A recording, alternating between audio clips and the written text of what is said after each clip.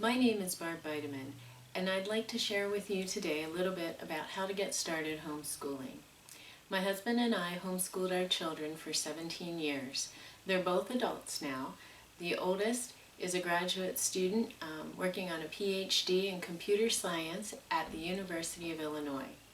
Our younger son is in his sophomore year at Robert Morris University studying mechanical engineering. Our older son graduated from Carnegie Mellon University with a degree in computer science and mathematics in 2018. So I actually have a background in education. I have Pennsylvania certification as an elementary school teacher, and I also have a master's degree in library science. So I do live in the state of Pennsylvania, and this is going to be a three-part video, and the third part is going to focus on the law in Pennsylvania. So I'll link to the other two parts in the description of this video in case you want to be able to move on and watch those. So I'm going to start out by just sharing a little bit about getting started and why you might want to get started homeschooling and what that will look like, things that you need to consider. Hopefully this will be something that you'll find helpful. I'm going to be using this PowerPoint as I go through the video, just so that there's kind of a guideline. This is something that I've spoken on many times. I've had meetings in my home to talk about getting started with a support group that I led for years. And then the past 5 years I've spoken about this at our state homeschool convention as well. So this is 20 great reasons you homeschool, and I'll just highlight a few of those as we get started. The teacher-pupil ratio is great. You can't beat it. 1-on-1, 1-on-2, even 1-on-7. That's a great ratio. You can sleep in on rainy days. You have a choice. You get to set your own schedule when you homeschool, and you can decide what your hours look like. And most of the time, you're not going to need to spend as much time as if your child were actually in a brick and mortar school. Vacations can be called extended field trips. That's wonderful. It's great to be able to go on vacation during the normal school year and to go other places and learn new things. In fact, I think it's almost difficult to come up with a day where you aren't learning something. So it is sometimes difficult to separate homeschooling and life and learning into different categories. And so I think that most of the things that we do each day provide learning experiences. You don't have to raise your hand to go to the bathroom. Definitely a bonus. Although, if your child does need to go and use the bathroom, you may need to help your child find his or her way back to what they were doing before they left. Because sometimes it can be a little distracting to pass by enticing things like Lego on your way back to where you're supposed to be doing some schoolwork. And your family is right where they belong, home. So why do you want to homeschool? What are you thinking about? So there are lots of different reasons that people choose to homeschool. I'm going to share a couple of the reasons that were important to us. God gives parents the responsibility to teach their children. So in Deuteronomy chapter 6, verses 4 through 7, it says, "Hear, O Israel, the Lord our God, the Lord is one. Love the Lord your God with all your heart, with all your soul, and with all your strength. These commandments that I give you today are to be on your hearts. Impress them on your children. Talk about them when you sit at home, and when you walk along the road, when you lie down, and when you get up." And that sounds an awful lot like homeschooling, learning all the time. We believe that we can do a better job of tailoring the educational program to the student than public or private school. So We really believed that when we got started homeschooling, although we were a little bit intimidated. But now that we've completed the homeschooling journey, we really believe that that's true. We had so many more opportunities to do educational things with our children that they just would not have had the ability to do if they had gone to school. So it was really a wonderful choice for our family, and that's part of the reason that I'm still talking about it, because it was better than what we ever expected. So what are the benefits of home education? These are just some of the ones that we have seen. Freedom. You have the freedom to make decisions about what you're going to do, what you're going to study, how long you're going to study it, what your schedule looks like each day.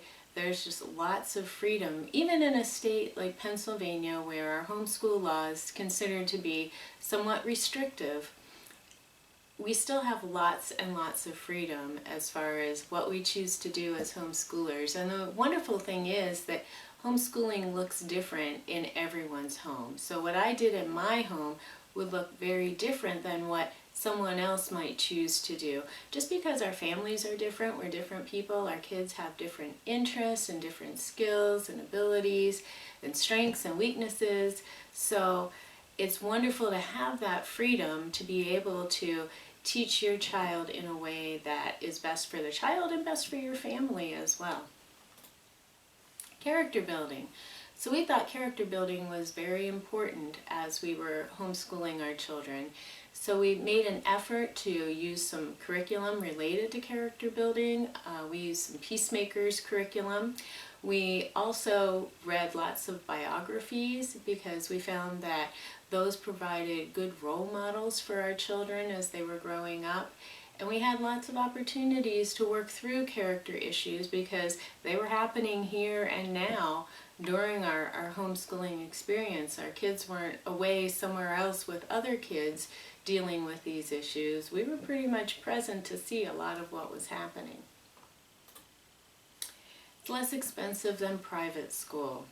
That's very true. We actually looked into private school, and I used to teach at private school, and we found that homeschooling was so much more economical. Even in high school, where we outsourced a number of our classes, our older son did a number of AP courses and some dual enrollment courses. Our younger son did all dual enrollment courses, no AP courses, I mean, and we did homeschool classes at home as well during his high school years.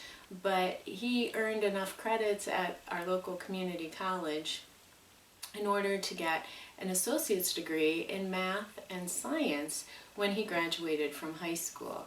And that was so much less expensive than it would have been to send him to private school, and he actually came out way ahead. He was able to transfer 63 credits into college and start as a freshman, and he was able to get a full tuition scholarship. So we really feel like it was a real bargain to homeschool our kids.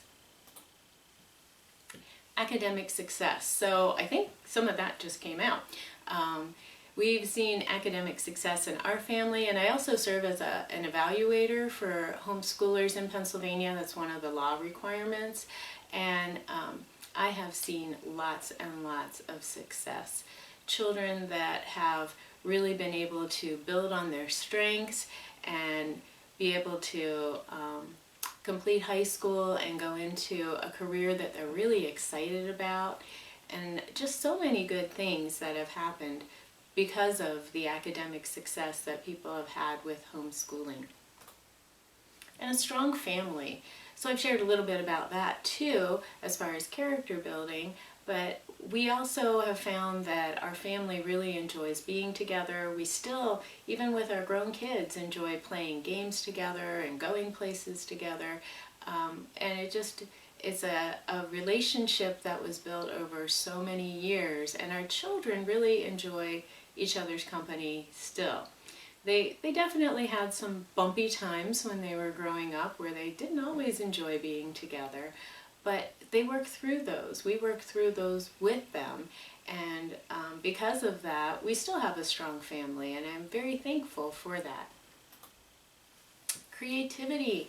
You have a lot more time to be creative when you homeschool because you don't necessarily need to spend as much time on each subject as you would if you were in school. So when you're done with whatever your basic subjects are that you're working on, you can spend time doing the things that you're really interested in, whether they be sports or music or art, or whether just school is exciting to you and learning is exciting to you. Our older son just loved to read everything and anything, and it didn't matter whether it was fiction or nonfiction. He loved to learn new things. So when he was done with some of the basic assignments that he had, he would just get a book and read, and he'd often read every book I got out of the library, whether it was for him or his younger brother or for me. I was just amazed at how much he learned and just kind of learned on his own. And he also enjoyed writing stories, so he would do that.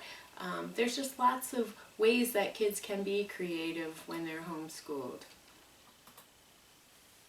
So there are some costs to homeschooling, so let's take a look at those as well.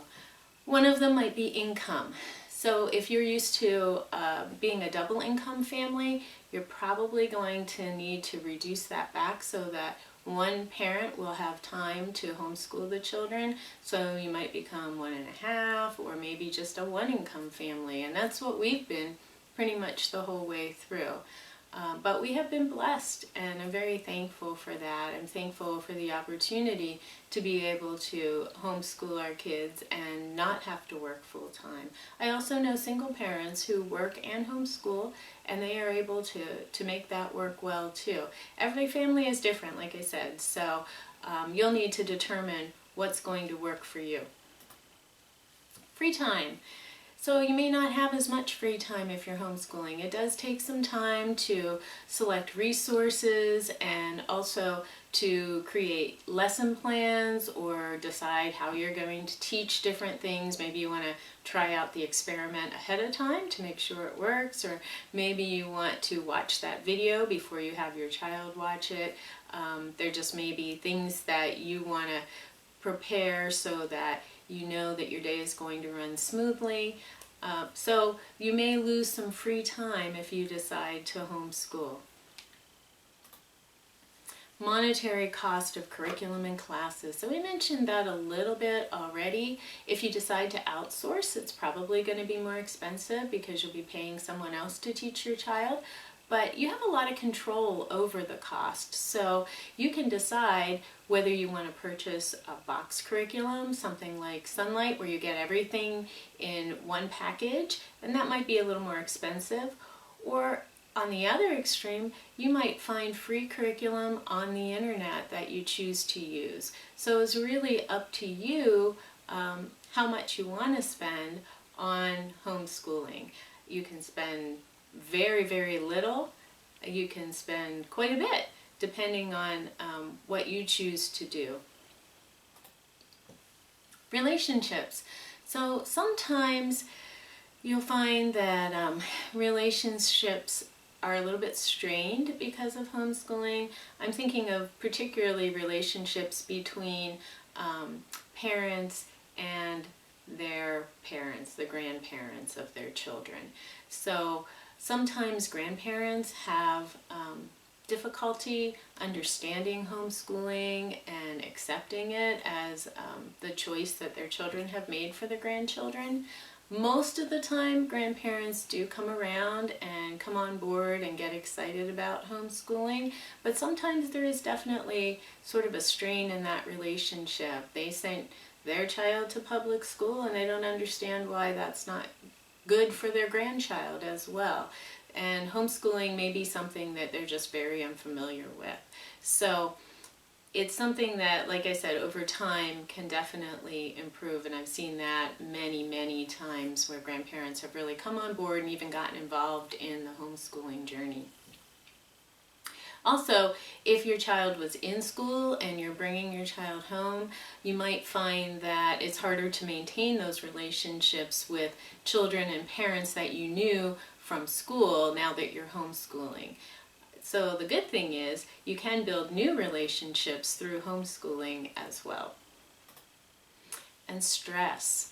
So that's what this little cartoon is about that's on this slide. It says the unrealistic world of homeschooler envy. Standing next to her own son, who hadn't changed his underwear in 6 days, Marcy looked at Betty's 8 children, who all played the violin, were fluent in 3 languages, and always answered, "Yes, mother," and hoped Betty wouldn't see her. So Marcy is struggling there with comparing herself to Betty and her children. And we have like a little saying that kind of goes around in our homeschool circle: compare and despair. It's really important not to compare yourself to others when you're homeschooling, especially because, like I said, your homeschool is going to look very different than someone else's homeschool.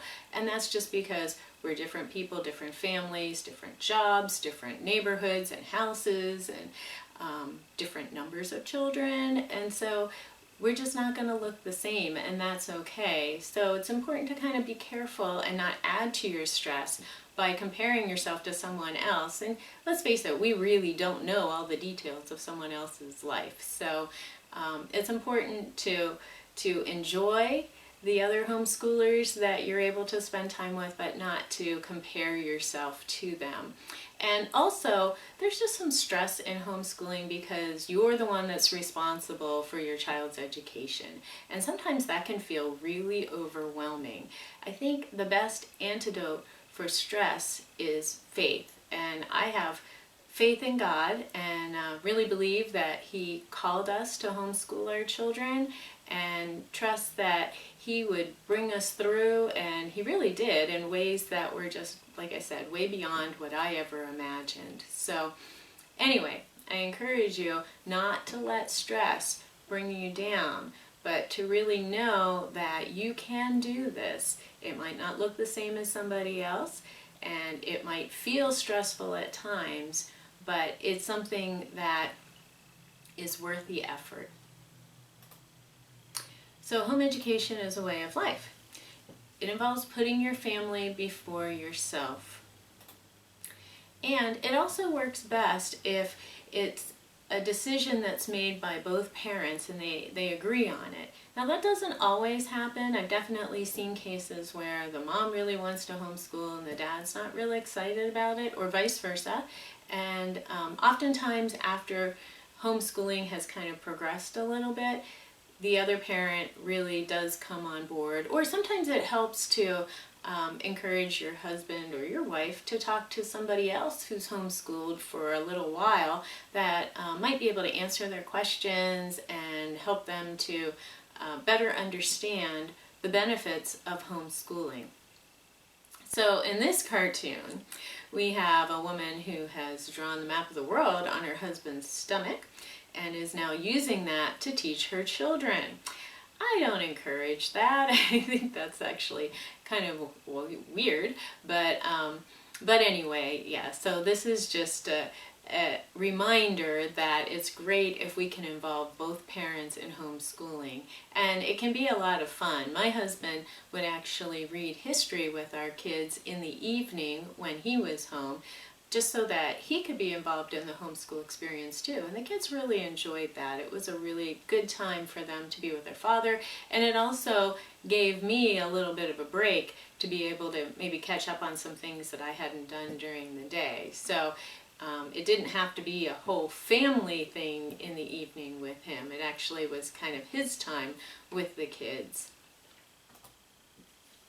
What about socialization? So that has been coming up for years and years and years with relation to homeschooling, and I guess I kind of hope that it would fade away someday, but it doesn't seem like it has, so I will address that. So first of all, think about, who do you want to socialize your children? Do you want other 8-year-olds to be socializing your 8-year-old, or would you rather have a little bit more control over how that socialization happens? So we found that we liked being able to be intentional about socialization and decide who our children were going to spend time with, who our family was going to spend time with, and be able to socialize our children in a little bit more focused manner. And we really did see benefits of that too. Our son, who was at Carnegie Mellon, was very involved in the Singaporean Student Association there, even though he's not Singaporean, and made lots and lots of really good friends that were very different than himself, and very much enjoyed his time in college. So we didn't see any problems with socialization at all there. And same with our younger son. He is involved in lots of activities in college, has lots of friends. In fact, we have one of his friends living with us for a few months right now because our son commutes to college. So anyway, it's just been not a non-issue for us as far as socialization being a problem. And also, at least where I am, there are lots of homeschoolers, so we were involved in lots of homeschool activities, from field trips to classes to co-ops. So there were always other people that we were out seeing pretty much every day. And then I also encourage you to write your reasons for homeschooling. Write them down.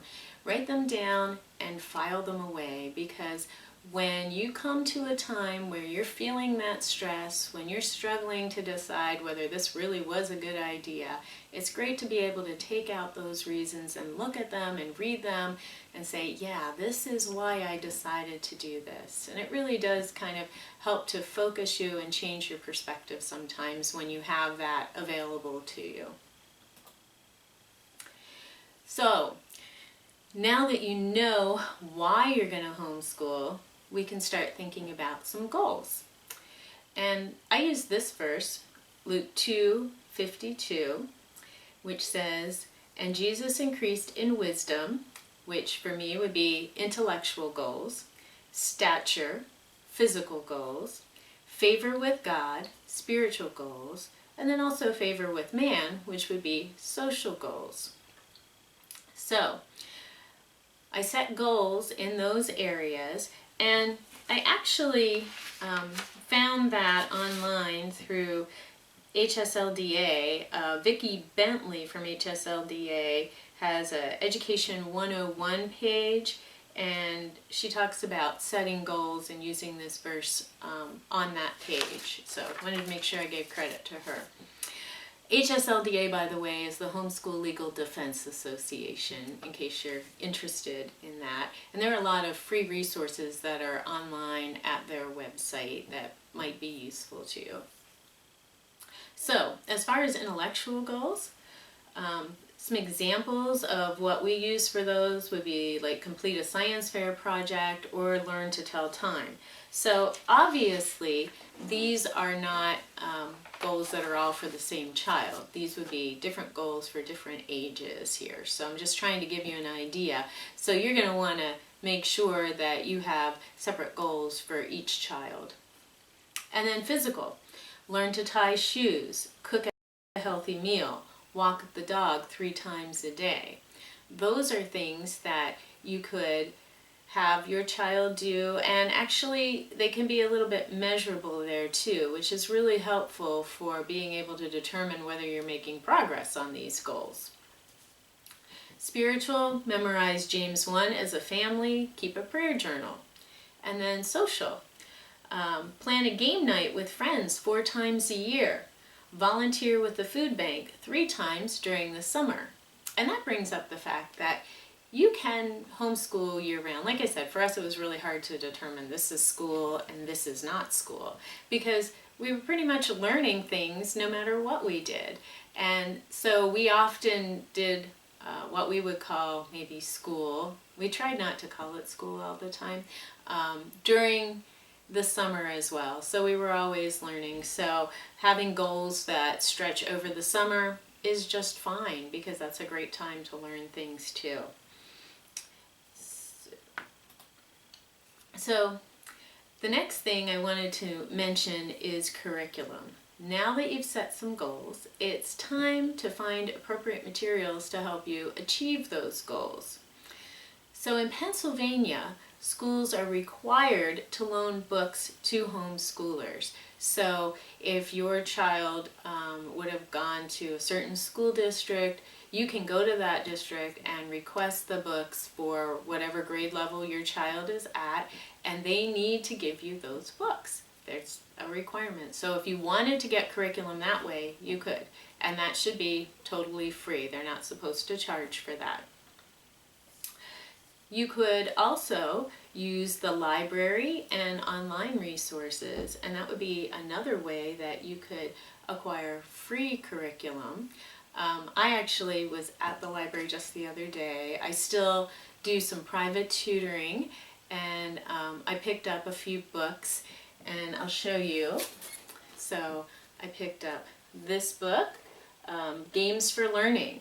And I was just paging through it and thought, you know, this would be lots of fun for someone who's homeschooling. It has lots of really fun games. It says 10 minutes a day to help your child do well in school from kindergarten through 3rd grade. So there are lots of things like that that are available as helps through the library, besides, you know, books on certain topics that your child might be interested in, and of course literature type books that they might read, novels and things like that. Another book that I picked up at the library is called Phonics Activities for Elementary Children. And these are hands-on, which is part of what drew my interest to that book. And so anyway, it has lots of another book full of lots of fun activities and things that you could do with your child. And none of them are overwhelming, but sometimes it's helpful to have something to kind of spark new ideas. So even if you're using a box curriculum, like I said, one where everything kind of comes together, you still might want to pick up some supplemental things just to kind of create new interest or try something different. It can be just fun to look at the same subject in a different way sometimes. And then there, of course, are companies selling curriculum. So the company that I went to, actually the seller that I went to, was Rainbow Resource. Rainbow Resource has tons of curriculum from lots of different companies, and it's a great place to be able to go and buy homeschool curriculum. So you can find books on all kinds of things. They also have games and different other types of resources, videos, and whatever else you might be interested in. They're just toys. There's a lot of things that they have through Rainbow Resource. So if you go to their website, then you can go and search for whatever things you're interested in. There are also some really good reviews there to give you an idea of what the book is about or what it's like or how it works for homeschooling. Then you can also create your own. So I've done a workshop on creating unit studies, which can be a really easy thing to do, to be able to kind of create your own curriculum and tailor it more to the interest of your child, and maybe make some subjects a little more fun than they might be if you just read about them in a textbook. So that's another option.